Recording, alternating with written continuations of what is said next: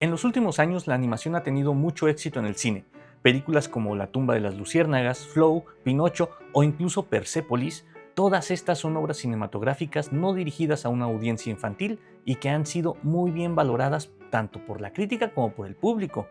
Es momento de preguntárnoslo, ¿por qué nos gusta tanto la animación?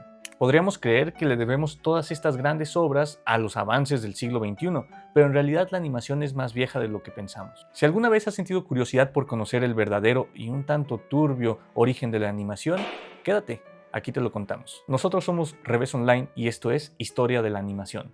Pero para entender cómo se originó la animación es esencial entender que la necesidad de contar historias visualmente es muy antigua.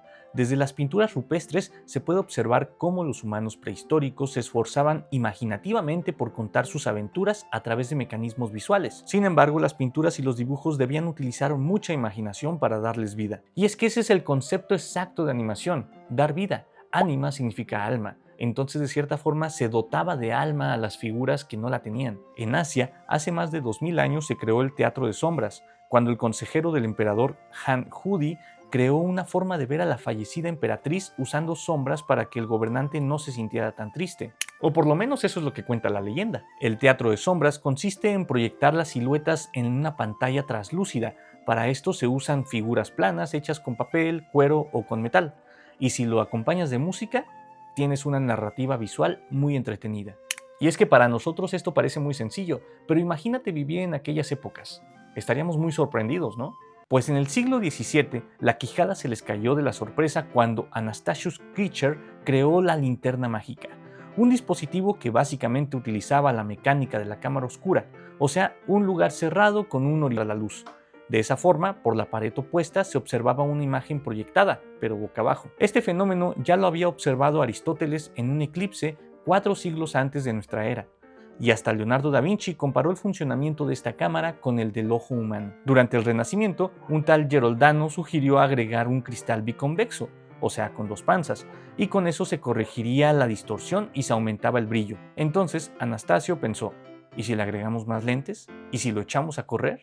O sea, básicamente como funciona una película, solo que ellos entonces no lo sabían. Se le agregaron placas de vidrio pintadas, luego se iluminaba con una lámpara de aceite que tenía una chimenea para que el humo encontrara salida. En ese momento se creó el primer proyector con imágenes cambiantes a los que de nuevo se les agregó música y contaron historias. ¿Y cuál era la novedad?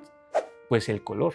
Los colores eran muy vívidos, no solamente siluetas oscuras como en el teatro de sombras. Pero aquí hay otra duda, ¿cómo pasamos de mover un mecanismo de placas de vidrio con nuestras manos a crear la magia del cine? Pues esto llegaría hasta el año 1832, cuando Joseph Plateau y Simon Spanfer crearon al mismo tiempo y por separado el fenaquistoscopio. Este aparatejo estaba compuesto de 2 discos, uno con ranuras y otro con dibujos, que descomponían el movimiento de un baile, por ejemplo. De esa forma, cuando el espectador se colocaba frente a un espejo y veía girar el disco con las ranuras, parecía que las imágenes sí se estaban moviendo. Pero detrás de esa magia de ilusionista hay ciencia, mucha ciencia, aunque al principio no se entendía muy bien. Peter Mark Roger había publicado su teoría sobre la persistencia de la visión. Según él, una imagen permanece en la retina por un periodo de 1/10 de segundo más antes de desaparecer por completo, como una especie de fantasma. Para Peter, ese fenómeno hacía que percibiéramos la realidad como una serie de imágenes en secuencia, y que si este no existiera, veríamos a la vida como imágenes independientes y estáticas. Ahora sabemos que eso no es verdad, ya que en realidad la percepción visual se logra a través de los impulsos nerviosos que detectan las imágenes y estas son interpretadas por el cerebro. En esa época de inventos descabellados llega el praxinoscopio, que inventó Émile Reynaud en 1877. Se trataba de una rueda, como una especie de tambor que tenía espejos pegados frente a las imágenes y éstas se descomponían en una secuencia de movimientos. Al girar su motor a vapor, las imágenes parecían cobrar vida de una forma muy nítida. Un año después, Émile tuvo una gran idea. ¿Y si mezclaba el praxinoscopio con una linterna mágica? Émile proyectó el praxinoscopio utilizando más de 500 imágenes a través de la linterna mágica. Y luego agregó otra linterna mágica para también proyectar fondos pintados a mano a través de espejos sobre un fondo blanco hecho de tela. Y ya sé lo que estás pensando, el primer cinematógrafo, pues así funcionaban, pero más bien era como el papá del cinematógrafo. Para cuando los hermanos Lumière llegaron, solo tuvieron que cambiar los dibujos por fotografías, tal cual como lo había hecho Edward Muybridge con su sopraxinoscopio, que era una especie de disco giratorio con imágenes proyectándose, solo que los Lumière le dieron mucha más capacidad. Y sí, gracias a todas estas tecnologías del siglo XIX, Émile creó el primer cortometraje animado, Pobre Pietro, de 1892, un metraje de apenas 4 minutos en el que se contaba visualmente la historia de una dama que debe decidirse entre el amor de un arlequín o de Pietro. Los dibujos eran básicos, no tan elaborados, los movimientos tendían a lo estático, pero aún así, por primera vez la gente disfrutaba de una historia en pantalla. Pero por alguna razón que yo desconozco, en la mayoría de historias de la animación se omite la historia de Émile, pensando que el primer cortometraje animado salió mucho tiempo después. El ilusionista Georges Méliès, el de La Mansión del Diablo y el del Viaje a la Luna, utilizaba también animaciones de objetos en sus películas, haciendo que aparecieran y desaparecieran, o incluso que se movieran técnicas de montaje que darían la pauta para el stop motion. Luego de que los Lumière crearon el cinematógrafo en 1892, otro Émile, solo que Cole en lugar de Reynaud, proyectó lo que se conocería como el primer cortometraje animado, o por lo menos hay consenso sobre eso. Tal vez tiene que ver que el primer Émile, cuando proyectó Pobre Pietro, no utilizó el dispositivo de los Lumière y por eso no se cataloga como el primer cortometraje animado. Sea como sea, el cortometraje al que me refiero es Fantasmagoria, proyectado el 17 de agosto de 1908 en el Teatro Gymnase de París. Cole viajó a Fort Lee en Nueva Jersey en 1912 y desde ahí se dio a conocer su técnica de animación por todo Estados Unidos. A partir de entonces, una serie de cortometrajes animados se popularizaron y se proyectaron en teatros antes de iniciar funciones cinematográficas. Pero hacer un cortometraje de quizá 4 minutos, por poner un ejemplo, era una tarea sumamente ardua. La mayoría de cinematógrafos operaban con 14 o 24 fotogramas por segundo. Es decir, si tomamos en cuenta que un fotograma es una fotografía, tendrían que pasar 14 fotografías o 24 fotografías cada segundo. Imagínense ahora los dispositivos que tenemos que llegan a 60 fotogramas por segundo, y algunos hablan de hasta más. Esto implicaría hacer de 3.360 a 5.760 dibujos a mano, tan solo para un cortometraje. Aunque claro, siempre podrían hacerse truquillos como dejar la imagen estática por unos segundos, pero aún así era trabajo titánico para un solo animador. Y a pesar de eso, un argentino loco se atrevería a tomar esa tarea.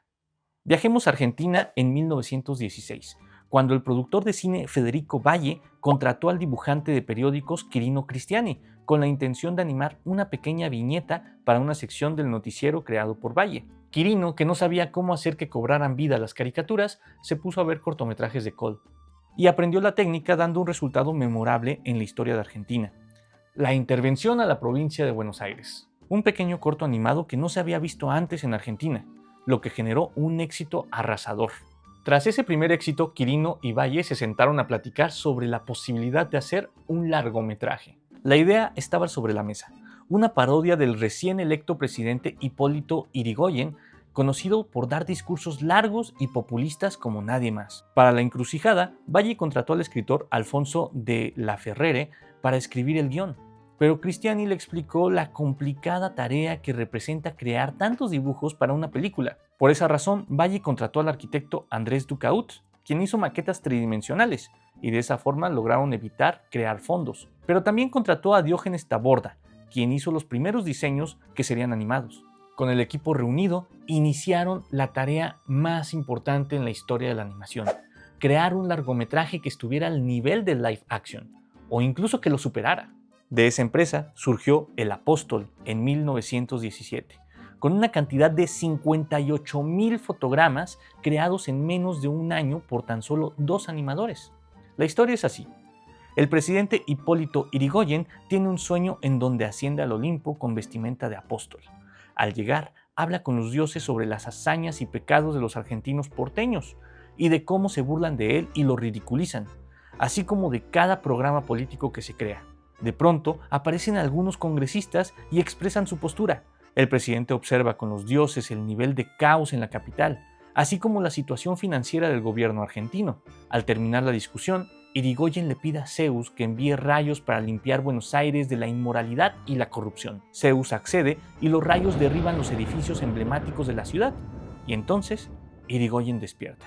La película fue todo un éxito en el público argentino de Buenos Aires. Incluso los cines tuvieron que, además de emparejarlo con otras películas en live action, crear funciones repetidas para que la gente alcanzara a ver la función. La película estuvo en cartelera por 6 meses y no desapareció por el desinterés de la audiencia, sino porque el gobierno municipal de Buenos Aires terminó censurándola y quitándola de cartelera debido a que hablaba de un conflicto político muy actual. Además, como la productora cinematográfica de Valle solo colocó en Buenos Aires, esta no pudo ser distribuida más allá de esa ciudad. Probablemente ahorita te estés preguntando qué pasó con Quirino Cristiani. Seguramente ascendió al paraíso de los animadores y queda en los anales de la historia. Pues en realidad no. Quirino solo obtuvo 1,000 pesos argentinos por la película, o sea unos $20 de la época, o bien cerca de unos $500 actuales.